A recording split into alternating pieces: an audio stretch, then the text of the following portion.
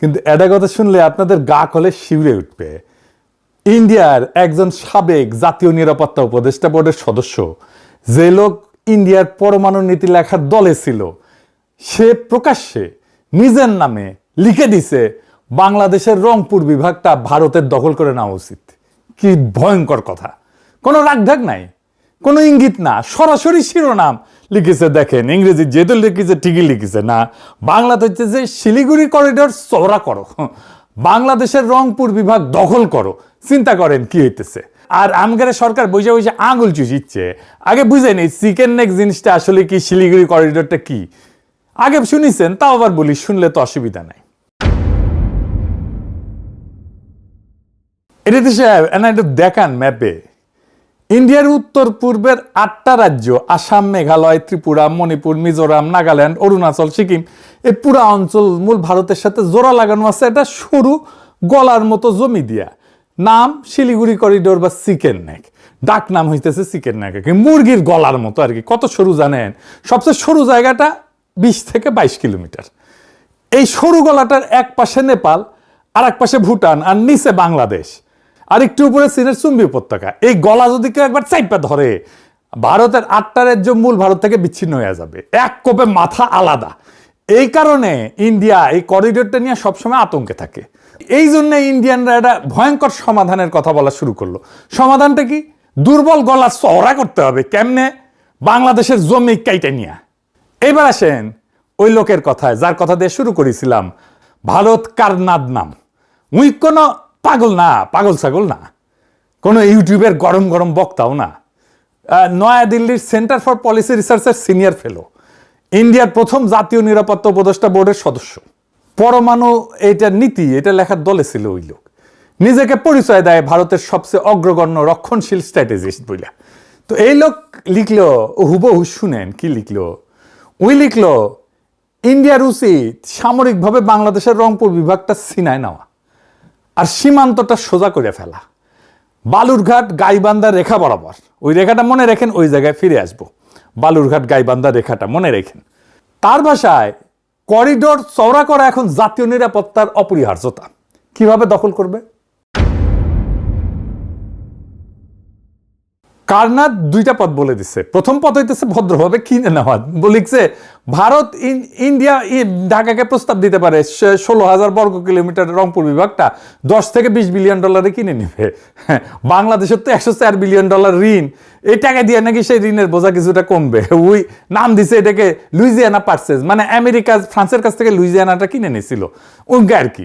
তো যদি ঢাকা রাজি না হয়, তাহলে দ্বিতীয় পদ সামরিক অভিযান, সোজা বাংলায় যুদ্ধ করে কেড়ে নেওয়া। কিন্তু এর মধ্যে সবচেয়ে ভয়ঙ্কর অস্ত্রটা হইতেছে, সে বলতেছে রংপুর বিভাগে মানুষ থাকে প্রায় 1,80,00,000। কারনাদ এই মানুষগুলোকে নিয়ে কি লিখছে জানেন? লিখছে এই জনগোষ্ঠীকে সামরিক অভিযানের অংশ হিসেবে বাংলাদেশের ভেতরে ঠেলে দেওয়া উচিত। শুধু তাই না, আরো এক ধাপ আগায় বলছে জনসংখ্যা বিনিময়ের প্রস্তাব দিছে। বাংলাদেশের 1,30,00,000 যে হিন্দু আছে, তাদের আর রংপুরের 1,80,00,000 মুসলমানের মধ্যে অদল বদল করে ফেলা হোক। মানে বাংলাদেশ হয়ে যাবে পুরোপুরি মুসলমানের দেশ, আর রংপুর হয়ে যাবে হিন্দুর দেশ ভারতের। বুঝে চাও? ভাবেন একবার, একজন সাবেক রাষ্ট্রীয় নিরাপত্তা উপদেষ্টা প্রকাশ্যে একটা প্রতিবেশী দেশের ভূখণ্ড দখল আর কোটি কোটি মানুষকে জোর করে উৎখাত করার কথা লিখতেছে। আর আমাদের সরকার বসে আছে চুলে আঙুল চুষিচ্ছে। এটা একটা লোকের কথা না, এটা একটা প্যাটার্ন। আসেন একটা একটা করে দেখি, তারিখ মিলায়। প্রথম লেখা 2024 সালের 9 ডিসেম্বর। দিনটা মনে রাখেন। এই দিন ইন্ডিয়ার পররাষ্ট্র সচিব বিক্রম মিশ্রি ঢাকা এসেছিল। এসে ওয়াকারুজ্জামান প্রভুপাদের সাথে গোপনে মিটিং করে গেছিল প্রফেসর ইউনূস সরকারের আমলে। এবার ওই দিনই ওই স্বরাজ্য ম্যাগাজিনে সাবেক এডিটোরিয়াল ডিরেক্টর জগন্নাথ একটা লেখা ছাপল, শিরোনাম বাংলাদেশের হিন্দুদের জন্য কেন ভারতের দ্বিজাতি তত্ত্ব সমাধানে মনোযোগ দেওয়া উচিত। এই লোক কি লিখলো শুনেন। ওই লিখলো যে ভারতের উচিত গোপনে এবং প্রকাশ্যে যত বেশি সম্ভব হিন্দুকে ভারতের সীমান্তবর্তী বিভাগগুলোতে সরায় আনা, যাতে পরে তাদের সামরিকভাবে রক্ষা করা যায়। আর বিচ্ছিন্ন করার জন্য 3টে বিভাগের নাম বলছে, রংপুর, সিলেট আর খুলনা। আর শেষে লিখলো সবচেয়ে সরাসরি, ওই লিখলো যে ইন্ডিয়াকে বাংলাদেশের জন্য দ্বিজাতি তত্ত্ব সমাধান মেনে নিতে হবে, যেখানে দেশের একটা অংশ রাজনৈতিক চুক্তির মাধ্যমে অথবা জোর কইরা কেটে নিয়ে বাংলাদেশের হিন্দুদের বসানো হবে। জোর কইরা, বাই ফোর্স লিখছে। শব্দটা ওর নিজের লেখা, আমি যোগ করি নাই। এবার দ্বিতীয় লেখা 2025 সালের 1 এপ্রিল, 1 এপ্রিল। এইবার আসে আরো ভয়ঙ্কর জিনিস। একই ম্যাগাজিন, লেখক হইতেছে জয়দীপ মজুমদার, শিরোনাম বাংলাদেশের হিন্দুদের জন্য একটা হোমল্যান্ড খোদাই করা। আর এটা মতামত না, এটা ধাপে ধাপে পরিকল্পনা দিছে কলে। পরিকল্পনা প্রায় একটা অপারেশনের নকশা। লক্ষ্য কি? লেখকের ভাষায় উত্তরের রংপুর বিভাগ আর চট্টগ্রাম বিভাগের বড় একটা অংশ কাইটে নিয়ে হিন্দুদের হোমল্যান্ড বানানো, আর সেটা ইন্ডিয়ার সাথে জুড়ে দেওয়া। ওই হিসাব দিয়ে বলছে যে রংপুর যুক্ত করলে চিকেন নেক করিডোর অন্তত 150 কিলোমিটার চওড়া হয়ে যাবে। কিভাবে করবে? চারটা ধাপ লিখে দিছে, শুনেন, কারণ এটা গুরুত্বপূর্ণ। কি কি সেই ধাপ? 1 নাম্বার ধাপ, আন্তর্জাতিকভাবে জোরে সোরে প্রচার চালাও যে বাংলাদেশের সংখ্যালঘু নির্যাতিত হইতেছে। এই কথা হইতেছে না? হা হইতেছে।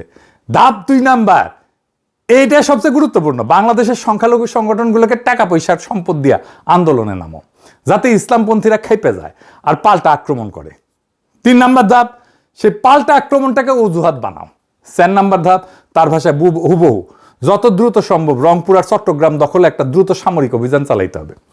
আর ওই লিখেছে 71-এ যেমন মুক্তিযোদ্ধা বানানো হয়েছিল, তেমনি সংখ্যালঘুদের আগে থেকে প্রস্তুত করতে হবে ভারতীয় বাহিনীকে সাহায্য করার জন্য। খেয়াল করেন, 1971-এর রেফারেন্স তারা নিজেরাই বলতেছে, আর একটা 71 বানাও, কিন্তু এইবার দখলের জন্য, স্বাধীনতার জন্য না বাংলাদেশের। আর সবচেয়ে গা শিউরিওটা অংশটা এখনো বাকি, জনসংখ্যা বিনিময়, পপুলেশন এক্সচেঞ্জ। ওই লেখায়, মজুমদার লেখায় হুবহু লিখছে রংপুর আর চট্টগ্রাম থেকে পূর্ণ জনসংখ্যা বিনিময় হতে হবে। রংপুরের 1,53,00,000 মুসলিম আর চট্টগ্রামের 1,15,00,000 মুসলিমকে দেশের বাকি অংশে সরাই দিতে হবে, যাতে 1,44,00,000 হিন্দু বৌদ্ধ খ্রিস্টানের জায়গা হয়। হিসাবটা একবার ভাবেন, প্রায় 2,67,00,000 মানুষ তাদের জন্মভিটা থেকে উৎখাত, হিন্দুরাও মুসলমানরাও, শুধু ধর্মের কারণে। লেখক নিজেই স্বীকার করছে যে এটা অন্যায্য মনে হতে পারে 2,68,00,000 মুসলিমকে সরায় মাত্র 1,44,00,000 সংখ্যালঘুর জায়গা করা, কিন্তু তারপর ওইটাকে ন্যায্য বলে যুক্তি দিতেছে। এটার কিন্তু আন্তর্জাতিক আইন একটা নাম আছে, সেটা হচ্ছে জাতিগত নিধন, এথনিক ক্লিনজিং।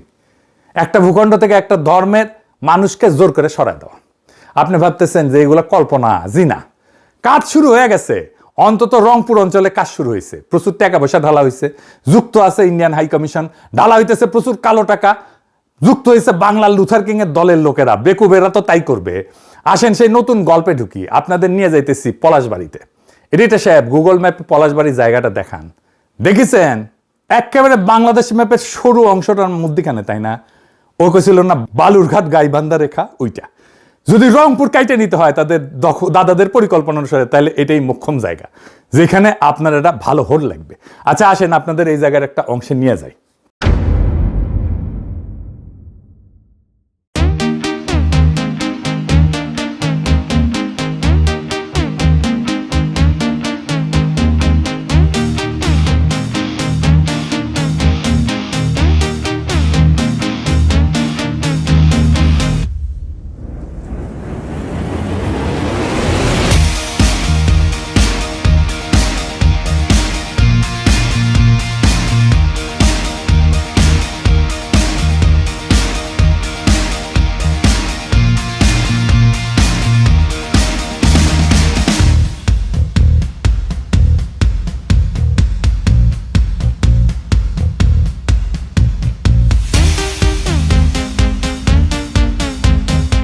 দেখেছেন, এটা হইতেছে পলাশবাড়ির রাধা গোবিন্দ মন্দির।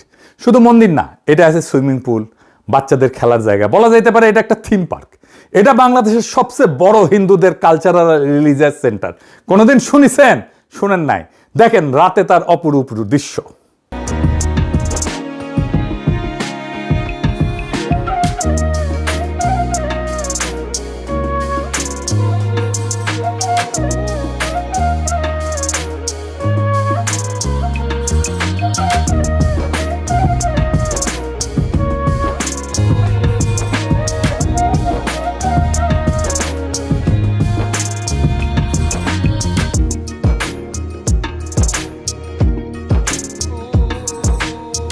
দেখেছেন, ঠিক এই জায়গায় একটা সুবিশাল রাম মূর্তি হইতেছে, ভারতীয় সহকারী হাই কমিশনার উদ্বোধন করেছে।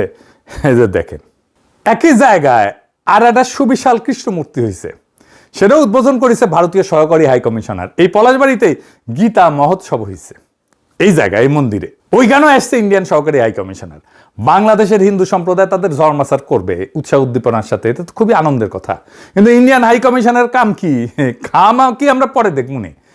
আমি ভাবলাম পলাশবাড়িতে মনে হয় হিন্দু সম্প্রদায়ের লোকজন বেশি, বা প্রচুর বড় লোক আছে হিন্দুরা। খোঁজ নিয়ে দেখলাম পলাশবাড়ি উপজেলায় 2011 সালে আদমশুমারি অনুযায়ী হিন্দু জনসংখ্যা 15,640 জন।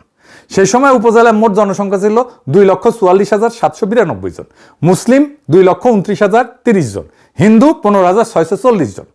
অর্থাৎ হিন্দু জনসংখ্যা ছিল মোট জনসংখ্যার 6.4% আর মুসলিম 92.48%।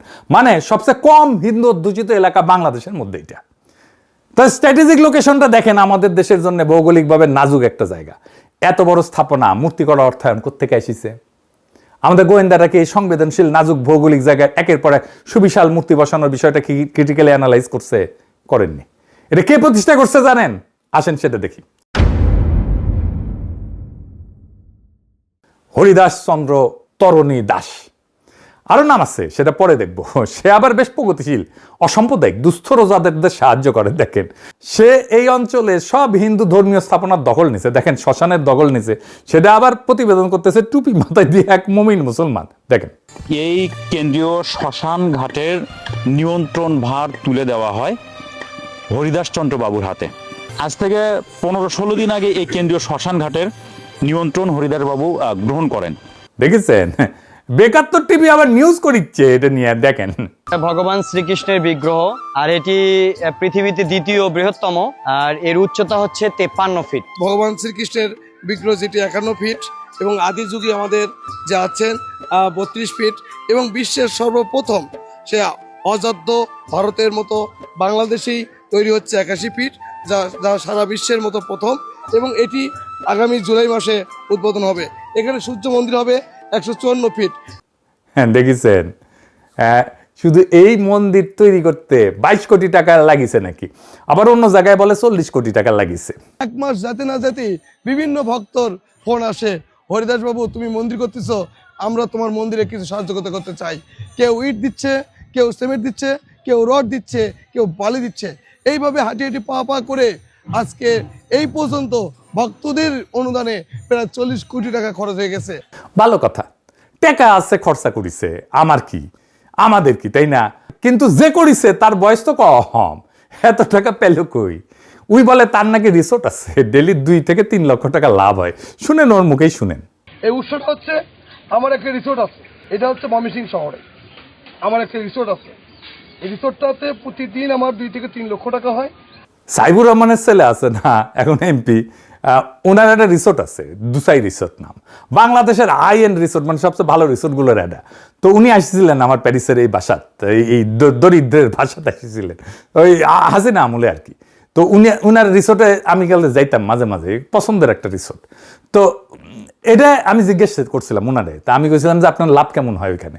তো উনি কইতেন মাসে টেনে মোটামুটি 50 লক্ষ টাকা লাভ হইতো আর কি। উনি নিজেই বলছেন ঢাকা রিসোর্ট এসে 3 লক্ষ টাকা দিনে লাভ করে। হ্যাঁ, ওই মেডিকেল কলেজ করবি, হাসপাতালও করবি। দেখেন, দেখেছেন? আজ এইবার আসেন দেখি সে টাকা পায় কোথায়। আমি নিজে কিছু কমো না, বাংলাদেশের মিডিয়ায় প্রকাশিত একটা প্রতিবেদন দেখাবো, মাথায় আকাশ ভেঙ্গা পড়বে। আসেন সেটা দেখি।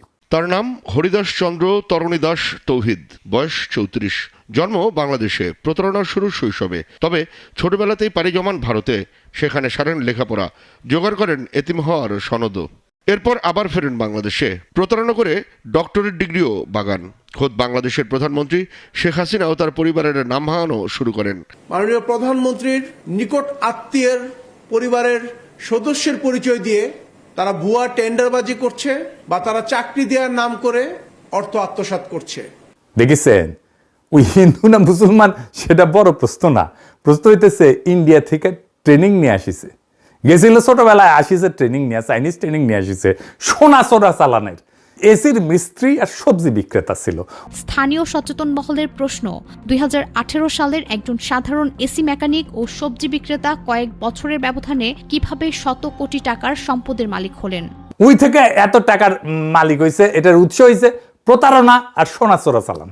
খুন টুনো করে, শোনেন, ওর মুখেই শোনেন। আমি যদি তারা মেরে ফেলে বাইরে আলবান একদম মেরে ফেলে চলে যাবো, আমি যখন চলেই যাবো তখন তারা মারি। আর ওইখানে যায় লুথার কিং এর ধর্মমন্ত্রী শামীম কায়সার লিঙ্কন, জামাতের নজরুল ইসলাম লেবু। বাংলাদেশে পলিটিশিয়ানরা কেমন বেকুব, ভালসুনার মূর্খ দেখেন। বাটপারের সাথে ঘষাঘষি না করলে ওদের চলেই না। হাসিনা যারে বাটপার হিসেবে জেলে ঢুকেছিল তার সাথে সে ঘষাঘষি করে বিএনপি আর জামাতের লোকেরা। তাইলে আমরা কি করলাম জুলাইয়ে? মানে এদের বিন্দু মাত্র ডিউ ডিলিজেন্স নাই। উঠে যাচ্ছে সে কি, তার সে কি আমল নামা কি, আমার এটা বের করতে হবে না, আমার এটা বের করতে কয়েক ঘন্টা লাগছে, ওর উঠি বসে থেকে এটা বুঝতে পারে না। তাহলে কি রাজনীতি করে বুঝবার পারিছেন? ইন্ডিয়ান হাই কমিশনার জানে না এটা একটা বাটপার, জানে তাও কেন যায়? আর এটা খুললাম না, এটা বুঝে নেন। কারণ ওক তো বাটপারি করার জন্য বসাইছে ওইখানে, ওই টাকা আসবে সোনা চোরা চালানের, আর এখানে কমপ্লেক্স হবে, ওখানে হিন্দু সম্প্রদায়ের লোকজন আসবে, এটা বিশাল একটা ব্যবস্থা হবে ওইখানে, আর তারপরে এক সময় কেটে নেবে। এই তো হাসিনা অ্যারেস্ট করেছিল, ইউনূস সরকার ছেড়ে দিছে, এবার লুথার কিং মাথায় নিয়ে নেসবে।